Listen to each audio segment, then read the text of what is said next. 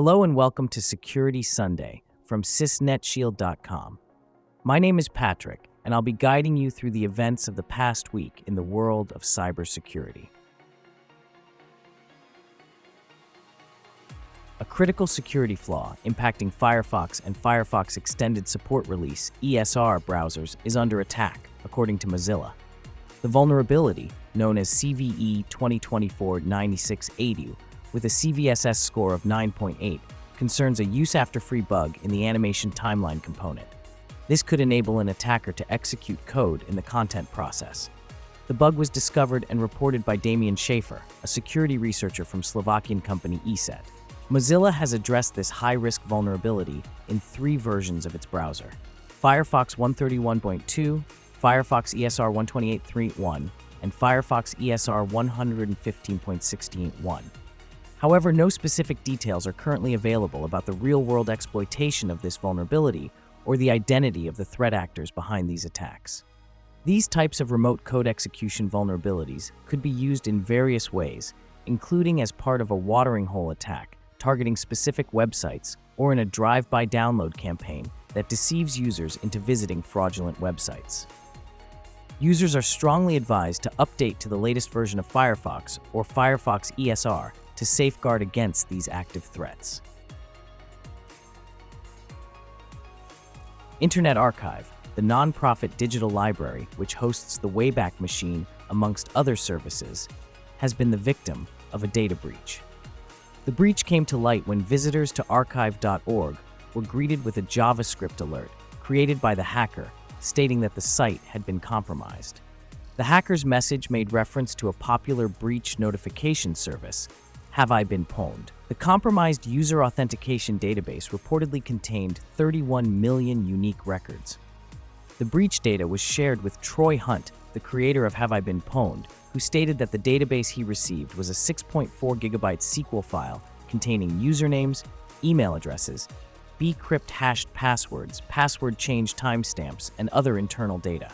There were 31 million unique email addresses in the database, and these will soon be loaded into the Have I Been Pwned service. This would enable users to discover if their data was compromised in this breach. The stolen data is recognized as legitimate, and Hunt has communicated the details of the breach to both affected users and the management of the Internet Archive. However, at the time of writing, he had not received a response or acknowledgement from the Internet Archive management. The method by which the hackers breached Internet Archive is currently unknown. Ransomware gangs have begun to exploit a critical security vulnerability identified in Veeam backup and replication (VBR) servers, enabling remote code execution (RCE). Discovered by Florian Hauser of Code White, the flaw, tracked as CVE 2024-47.1, arises from a deserialization of untrusted data weakness that unauthenticated threat actors can exploit in relatively straightforward attacks. On September 4th, Veeam disclosed the vulnerability and released security updates. Watchtower Labs conducted a detailed analysis and delayed publishing the proof-of-concept exploit code until September 15th, providing sufficient time for admins to secure their servers.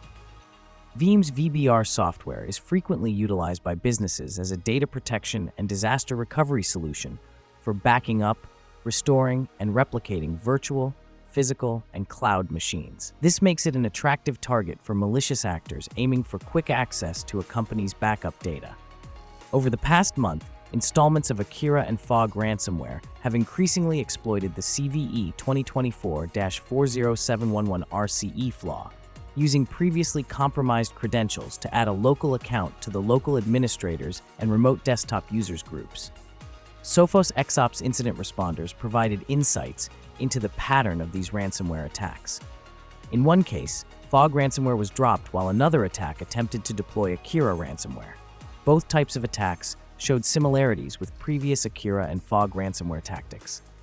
In all cases, attack initiations were made through compromised VPN gateways lacking multi-factor authentication.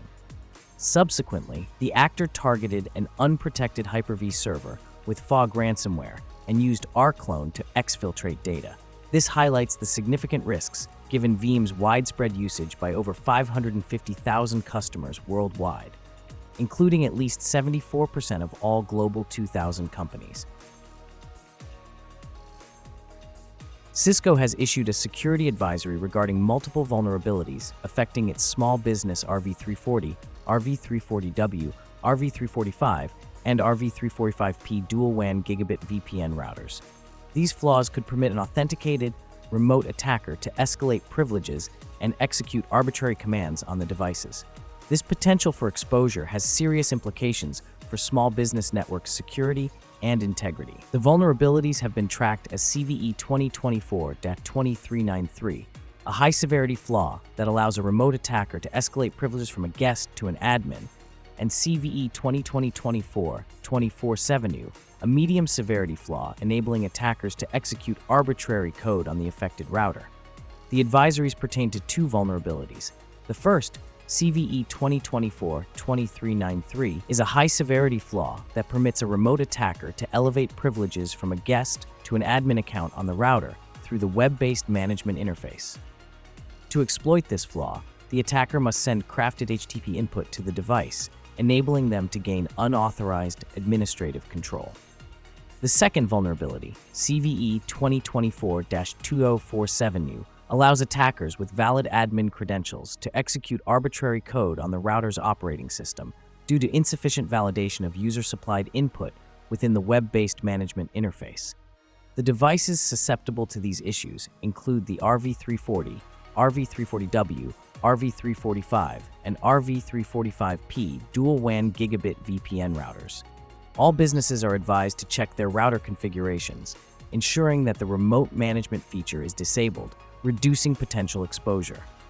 Unfortunately, there are no available workarounds for either vulnerability, and the affected routers have passed their respective end-of-software maintenance deadlines, meaning Cisco will not release updates to address these flaws. Thank you for listening to our podcast. If you liked the content, don't forget to subscribe and like so you don't miss any news. I'll look forward to seeing you next Sunday.